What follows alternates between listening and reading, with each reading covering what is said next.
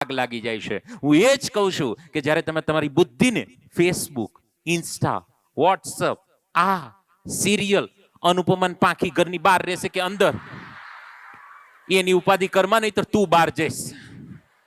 દોસ્તો, જો બુદ્ધિને એક કરીએ, વાત સમજો બેટા, એક બહુ અદ્ભુત કોન્સેપ્ટ મારે તમને આપવો છે. ખાલી એટલું કરી જશો તો પણ તમે તમારા પરિણામમાં ખૂબ સારું એવું પરિણામ પ્રાપ્ત કરી શકશો. મારી વાતો છાસના વાટકા જેવી છે. તમારી પાસે દૂધની તપેલી છે, ખાલી બાજુમાં રાખશો તો દહીં નહીં જામે.